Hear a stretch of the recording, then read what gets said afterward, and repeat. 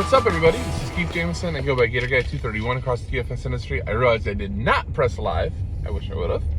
Saves me an extra step. But thank you guys for those that joined in on Tuesday. I think I'm going to try to do that more often for these, and hell, so even see if the chat feature works decently on my phone. But anyhow, we have a 4-game EPL slate to break down. And because of the timing, I so rarely see DraftKings not put out EPL content or EPL slates by Friday morning when I have my time in the day to record, and there's no pricing up, there's no slate up, anything like that. So we're gonna have to take some wild guesses based on historical pricing, based on what they've done in the past. But I think we'll be able to do so. I think I'll be able to get you steered on to what should be, the best plays and a couple values. So quick reminder, like, subscribe, comment.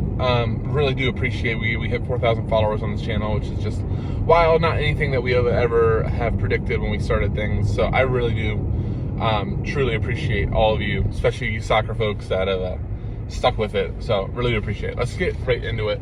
The biggest favorite on the slate is Arsenal away to Leicester. Minus 143. Leicester's playing a lot better. I just want to caveat that. Leicester's playing a lot better. Arsenal are up and down, but we saw last week how quickly they can accumulate goals. I think the play for the Arsenal side is Bukayo Saka. He should be mid only. I wonder, by the way, I wonder if the delay is because they're not 100% sure if they want to stick to that rigid forward mid thing. We saw it mid forward come back for Champions League. I wonder if that's the debate. That's also me thinking that DraftKings is thinking about soccer, which I don't know if that's really the case, but I wonder if that's it. But if it's only Saka at mid, by the way, I don't think this will come into play this week in terms of if they don't go back to mid forward. We have enough forwards that are going to have floors, so we'll get to it. But Saka, his floor and his ceiling are just unreal. So I think that's the way to go. He would split sets if it sticks to it with Leandro Trossard. You don't want to play Trossard because Trossard is a guaranteed sub for Martinelli, or vice versa. Martinelli is his guaranteed sub for Trossard. So that left wing position at Arsenal is not really something we want to do for DFS cash. Fine in GPP if you want to do Arsenal onslaught. The other guy to consider is Martin Odegaard. Just consistently good. No consistent set role is the only problem with him. So I think it's really just Saka and move on. Watch out for Ben White if he's super cheap. He's gained some steam and popularity. That would be it. I'm staying away from Ramsdale. Arsenal's leaking goals. Leicester is scoring goals, so that's not where we want to go. For the Leicester side of things, I think depending on price and build, James Maddison is just fine. Arsenal does have possession-based style, which isn't awesome for Maddison, but we've just seen Maddison's floor is unreal, especially when he goes back to sets. Looks like the left back that I'm thinking on his name right now. Oh, God, that's going to annoy me. But the left back that for one game took some set pieces, that seems to be gone. Seems to be back to Maddison with Monopoly. Madison's the only play from Leicester. I don't think you really want to go anywhere else for them. He's fine. I would be surprised if he makes my cash build. Villa going to Everton. Everton is where we're going to go for forward. Floors, Alex Iwobi, Dwight McNeil have both been forward. Iwobi has been cheaper. It's a complete set split. Whoever is cheaper is the right play. Dwight McNeil maybe has slightly more crossing floor and open value, but Alex Iwobi maybe has a little bit more defensive work, like tackles and shot, and then, is more willing of a shooter than Dwight McNeil. So either one of them, I'm probably playing one. Everton, just so much better than Sean Dyche. Kudos to him for coming in, riding the ship with them, even though he's benched one of my favorite DFS players in Demarai Gray. It is working, so do your thing, Sean Dyche. But yeah, those are the two plays I want to target. Alex Iwobi and Dwight McNeil. Probably playing one of them at a forward position. Otherwise, the rest of Everton just kind of struggle. I do think it's really interesting for GPP because it's Sean Dyche style, meaning the center backs have a lot more to do because they're scoring a lot more on headers and taking their their set piece opportunities. So McNeil to Tarkowski, Iwobi to Tarkowski, something like that. I think that is good for GPP. For the Villa side, I hate Villa. I think they just are really rough for GPP. That being said, Ollie Watkins, or for cash, that said, Ollie Watkins has been really good for them since Unai Emery has taken over. I think he has scored in every game, so that could be a definite play at forward. The floors, though, are rough. Whether it's Douglas Luiz taking sets, could it be Coutinho? Is it Leon Bailey? If Lucas Dean is in #revenge game, could he take some sets? I don't know. I'm probably not going to be around for it. I just don't like the Villa floors. So I'm going to stay away from it. I also don't like either keeper here. I think Everton is live to score, and I think the reality is Villa is live to score, probably through Ollie Watkins if that happens. Southampton going to Leeds. Southampton, we are in must-win territory still. I think Southampton is definitely going down. That being said, they have one play. James Ward-Prowse, Monopoly.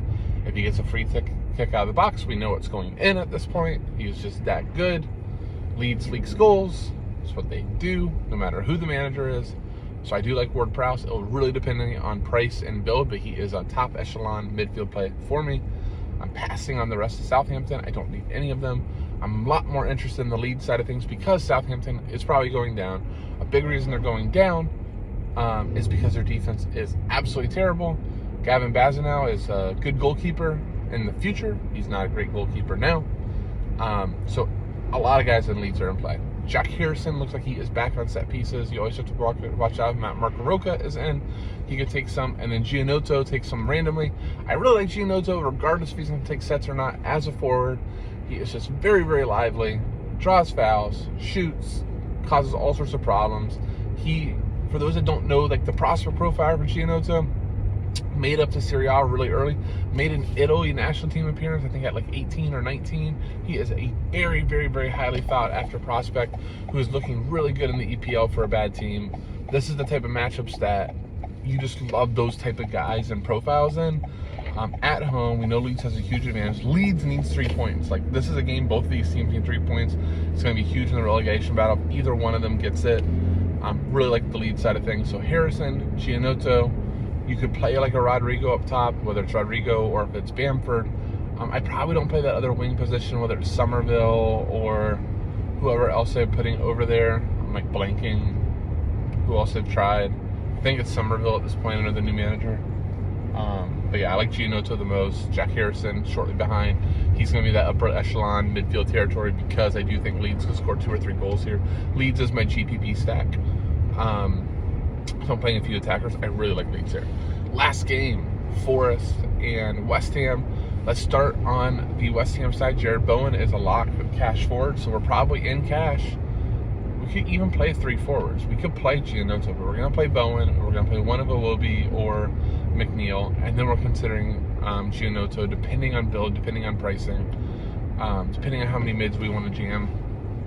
But Jared Bowen's going to be one. His floor is sensational. He takes PKs. He's live for a goal. We just love him. And West Ham is minus 134. I forgot to do the odds on the other ones. Villa and Everton's pretty close, so pick them. Leeds is a slight favorite, minus 106. I think that should be closer to minus 150. So to me, Leeds is the quote-unquote biggest favorite on the slate in my head. So Jared Bowen, where I want to go. Those wingbacks for West Ham, this is a decent shot, decent place for them. That's Emerson, and that is Soufal. Anybody else for West Ham is GPP, except for if you want to risk it, and depending on pricing, we might have to. Declan Rice was taking corners for West Ham. The problem with Declan Rice is he was very much like a Mark Roca, very much like a João Moutinho, those type of guys that outside of their set piece role, and this is only like a 1 week set piece role, so it could just be very, very like here for a moment and then gone. But they are going to be relying on those set pieces. Declan Rice is a really good central defensive midfielder, does blow up a lot of things, does get tackles, isn't afraid to shoot. That being said, go through games, his floor is like 3 to 5 DK. But if you add those set pieces, maybe you're at 7 or 8, and then all of a sudden if he's like 3,800, 4,000, that's really good. So it's really going to depend on build, but don't sleep on Declan Rice. For Forest, just depending on builds, Morgan Gibbs-White is a monopoly set piece taker. West Ham, despite being a favorite, West Ham, especially if they go up, they are not possession based. They play on the counter. They don't do a good job of controlling possession at all. It's why Lucas Paqueta has been such a disaster of a signing, because Lucas Paqueta is the type of player that thrives at being on the ball, short progressive passing. That's not West Ham style. Like the best West Ham styles under David Moyes has been give away the ball, go ahead and press, counter, get it back, go on transition. Jared Bowen's good on transition. Antonio's good on transition. Those type of guys are very good transition type of players. not like build-up guys. So, Gibbs White, all that being said, Gibbs White could have a really good opportunity to get some floor here. If he's forward eligible, I mean, he's in that conversation with the Everton guys probably. Jared Bowen being our lock, being on the cover of this. I just decided he's on the cover this moment ago. I haven't made it yet. So Jared Bowen be on the cover. How about that? Nobody else from Forest jumps out to me. So yeah, you know, without any like huge favorites here, cash I think is just going to be stacking set piece stickers as much as you can. That should always be your goal when you're building cash lineups, is getting as many set piece stickers as you can. The thing and why we hate City sites is like City shows up as like a minus 900 favorite, and that's the only time we go, oh my god, now we need Haaland, we need another attacker, we need all this, because City could score 6 goals. So this type of slate that could be low scoring really fits the eye of those of you who kind of follow my style.